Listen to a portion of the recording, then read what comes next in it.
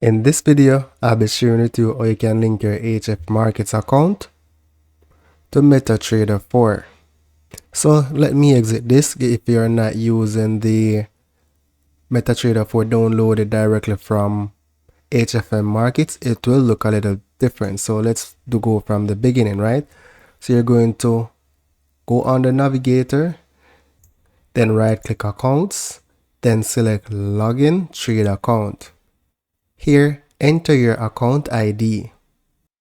Then from a drop down, you're going to search for your server. So this will be sent to you in an email, or when you open your account initially, you will see it on the screen. So you're going to enter your password that you had set and then select login. I've been successfully logged into my incoming mail account. And that's basically it. Don't forget to leave a like or comment on this video.